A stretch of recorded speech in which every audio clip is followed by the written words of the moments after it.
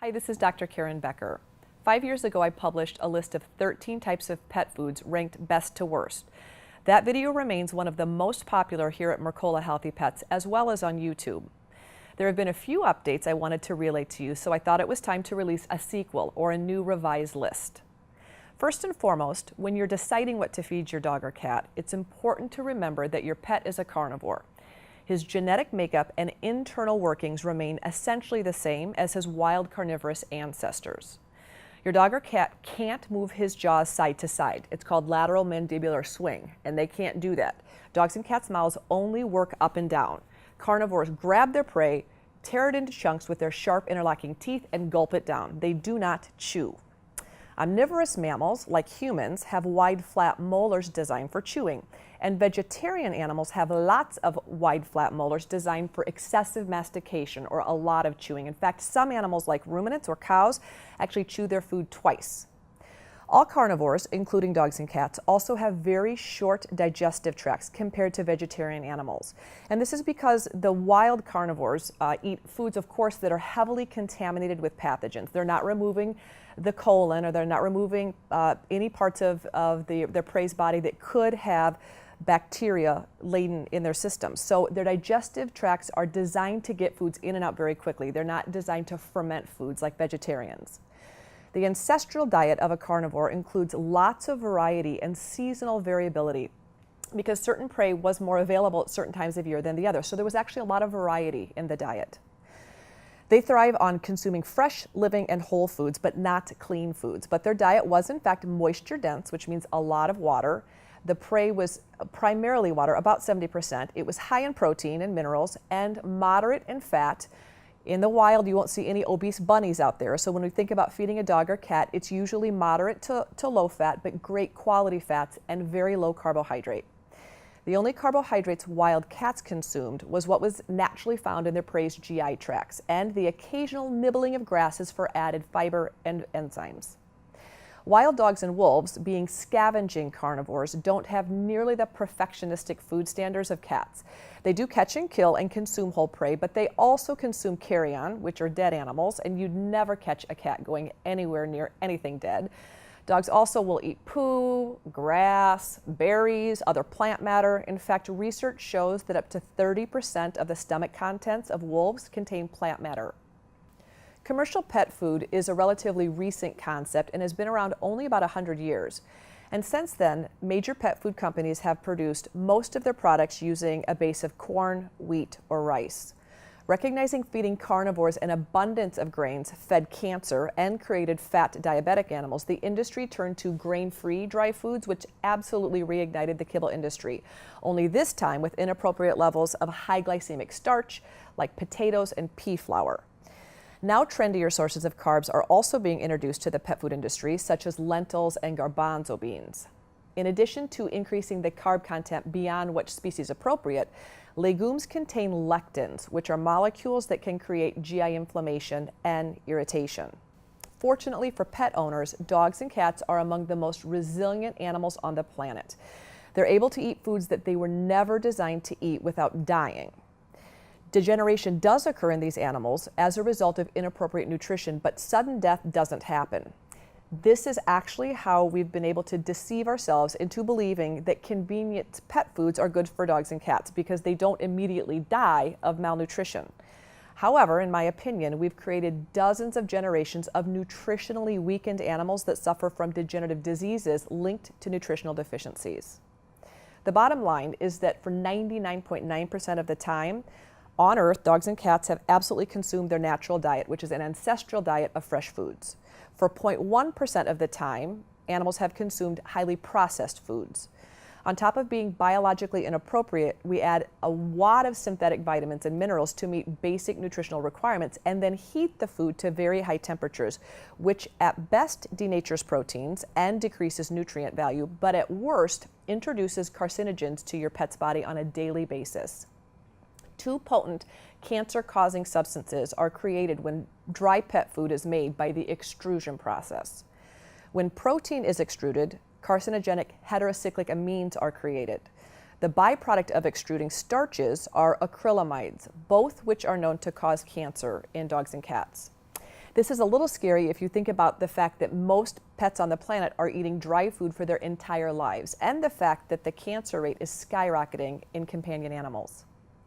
Feeding dogs and cats inappropriate ingredients for several generations has created significant metabolic and physiologic stress, and convenient pet foods have really been the root of the problems of most of the inflammatory processes and degenerative diseases that plague today's dogs and cats.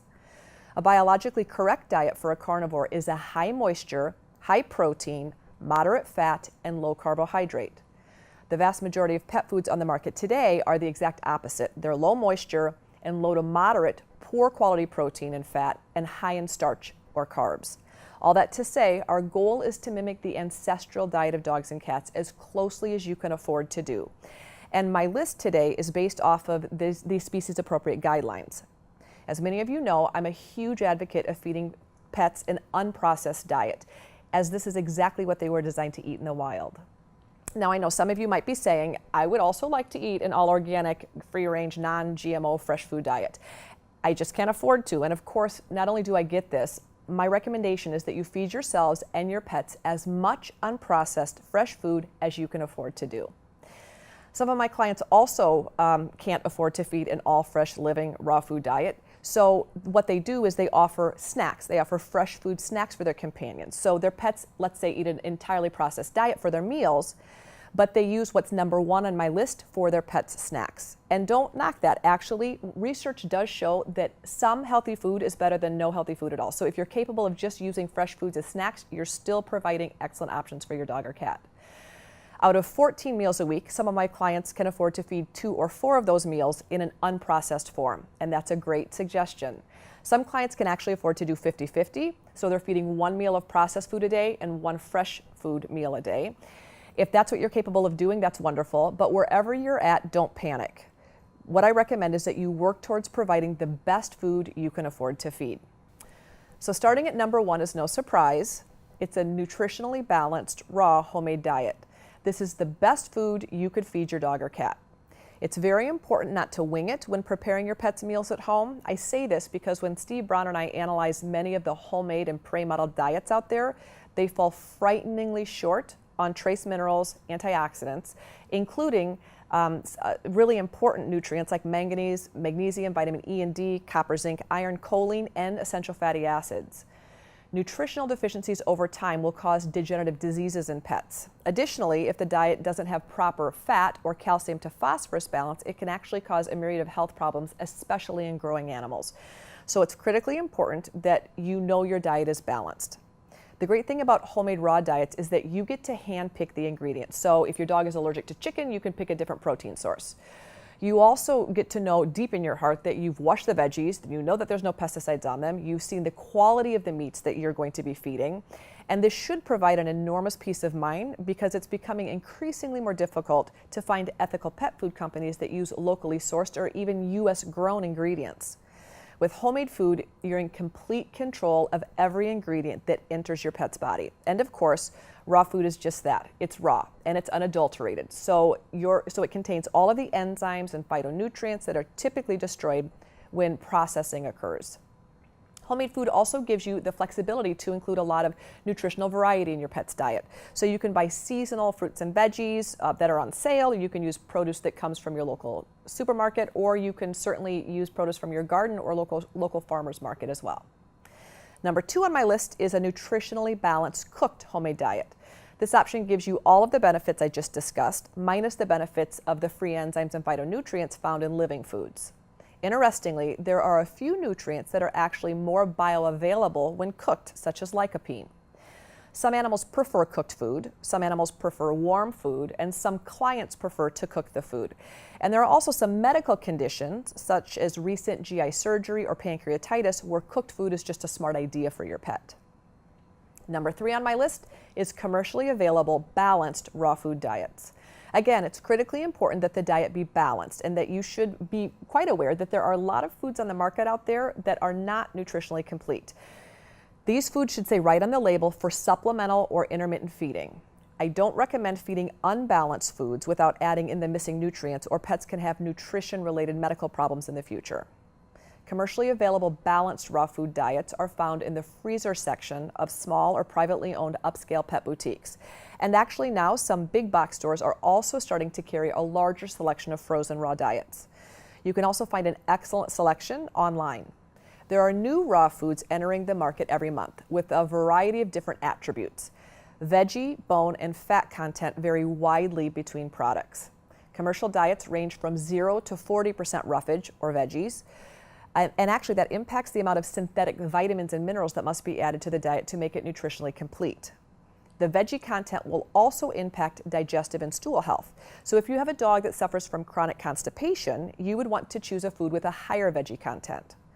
Commercially available raw food diets range from low fat to high fat. If you have an obese cat, you would obviously pick a low-fat food for your cat. But if you have a German Shorthair Pointer that runs lean and loses weight quickly, you choose a higher fat food for that dog. Ground bone meal, or a bone meal equivalent mix will be added to raw diets for mineral balance. Some raw foods contain bone pieces that are actually pretty big, in fact too big to be safely cooked. So if you choose to buy a commercially available raw food and you want to cook it, you need to make sure it's safe to do so. Some raw food companies pride themselves on only using happy, healthy, grass-fed animals and organic veggies, while other companies use animal meats and produce imported from China and other countries, as well as factory-farmed, GMO-fed animals raised in feedlots here in the U.S. Some companies use whole foods to meet the majority of their diet's trace mineral requirements, while some other companies use very few ingredients and actually rely on AAFCO vitamin and mineral premixes to meet their nutritional requirements. Another factor to consider is how the raw food is formulated. Meat-based foods like raw diets are almost always calorically dense and should be formulated on a caloric basis, not a dry matter basis. This is a more demanding method of formulating, and comparing the formulation on a dry matter basis compared to caloric basis shows that raw foods formulated on a dry matter basis actually fall significantly short of nutrients. It's easy to tell if your raw food is formulated on a caloric basis because if you flip it over, the nutrients are listed as a gram or milligram of nutrient per 1,000 kilocalories. Those foods formulated on a dry matter basis will have nutrients listed as a percentage of dry matter basis. I only recommend choosing raw foods that are formulated on a caloric basis. How companies manage potentially pathogenic bacteria is another consideration, which ranges from doing nothing to batch testing, UV treatments, ozone and fermentation treatments, to HPP, or high pressure pasteurization. The great thing about this sector of the pet food industry being the fastest growing category is that you will be able to find a food that fits your ethical and financial parameters with the convenience of not having to make the food yourself. The downfall is, of course, you're obviously paying for the luxury of having someone else do the hard work for you. And like all pet food companies, you'll need to investigate the company you're buying from to make sure you're feeding the correct product for your pet's specific nutrition and medical goals. Number 4 on the list is dehydrated or freeze-dried raw diets. If you can't or won't feed fresh raw food, a good alternative is the dehydrated freeze-dried category that's been reconstituted with water. These diets are shelf-stable, so they're super convenient, and to make them biologically correct, all you have to do is just add water. Dehydrated or freeze-dried raw diets haven't been processed at high temperatures, and in many cases, the nutrient value has been retained minus a balanced fatty acid profile. Remember, the definition of raw food means it will spoil if it's left at room temperature. So these foods, by definition, are not the same as raw food diets, but they can be a great choice for people on the move, people that are camping with their dogs or cats, or pets that go to daycare or need to be boarded. It's really the next best thing to a truly raw, fresh food diet. Make sure the brand that you select is nutritionally balanced for all life stages. Number 5 is a commercially available cooked or refrigerated food. This is a new category of pet food that is exploding in the marketplace. Obviously, the food has been gently heat processed, so the proteins have been slightly denatured, but the moisture content is excellent, and the food is fresher, so the nutrient content is better than the other choices that will be lower on this list. You'll find these foods in the refrigeration section of pet stores, and now actually many human grocery stores as well. The quality of the raw materials going into the cooked refrigerated pet food ranges from absolutely terrible to excellent, so you do need to do your research when you're choosing brands. Number 6 on the list is human-grade canned food. If the website doesn't say the ingredients are human-grade, then they're not. Pet food made with human-grade ingredients is a great deal more expensive than feeding feed-grade or animal-grade canned food. These foods will typically be found in boutiques and usually small independent retailers that really focus on great quality foods. Number 7, super premium canned food. These products are typically found at big box stores like Petco and PetSmart or in your traditional veterinarian's office. These foods contain feed-grade ingredients, which in parenthesis means foods not approved for human consumption, but the moisture content is much more biologically correct than dry food, and many have excellent protein, fat, fiber, carb ratios. So I placed this above the next category on the list, which is number 8, human-grade dry food. Dry food is not biologically correct in terms of moisture content compared to the ancestral diet. Additionally, even grain-free dry foods contain unnecessary starch that can cause inflammation issues in your pet. Human grade is very important because the ingredients have passed quality inspection, which means it doesn't contain poor quality or rendered, unidentified, or mystery proteins. But as I mentioned, unlike dry food that has been baked, which it will clearly say on the label baked, you should assume, if it doesn't say that it's been extruded, which means you're probably feeding a small amount of carcinogens on a daily basis. Yuck. Number 9 is super premium dry food found at big box stores and your local conventional veterinary clinic. These extruded dry foods are made with feed-grade ingredients not approved for human consumption, but are still usually naturally preserved. Most of these foods contain added grains or starches which are not species appropriate and may harbor the risk of mycotoxins. Number 10 on the list is grocery store brand canned food.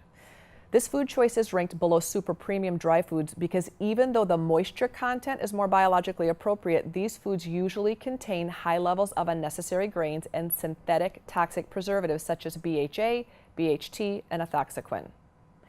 Number 11 on the list is grocery store brand dry foods, which has all of the same issues as grocery store brand canned foods minus the moisture.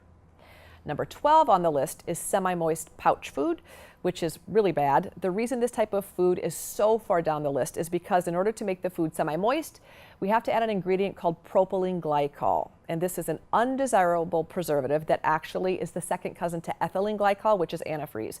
And while propylene glycol is approved for use in pet foods, it's unhealthy for dogs and cats to consume. And number 13, last on the list, is an unbalanced homemade diet, raw or cooked. Dead last on the list for good reason is the idea that some pet owners believe that they can offer their dog or cat, let's say, a chicken breast and some veggies and call it a day. A lot of people I know are caring but quite uneducated, and they're feeding things like chicken wings and backs and necks with some cheap ground beef to a growing puppy.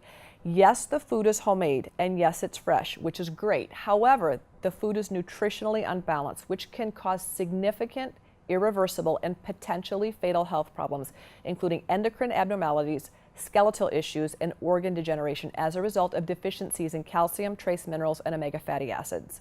These diets are the reason all homemade and most raw diets are feared and loathed by conventional veterinarians. We see animals that have been harmed by people feeding unbalanced diets, and it's heartbreaking. Most importantly, it's entirely preventable. So homemade diets must be done right or not done at all. If the diet you're feeding your dog or cat falls into one of the lower quality categories, don't despair. Most people are feeding their pets lesser quality foods because they either can't afford to feed a better food or they simply don't know what constitutes good nutrition for their pet. If you discover that your pet is eating from the lower half of the list, set a goal to feed better quality foods now that you know can make a difference, or when you can afford to feed a more nutritious diet. Everyone's pet food can be found in one of these categories. I encourage you to figure out where the diet you're serving right now falls in the list and then strive for improvement by feeding more nourishing, species-appropriate foods.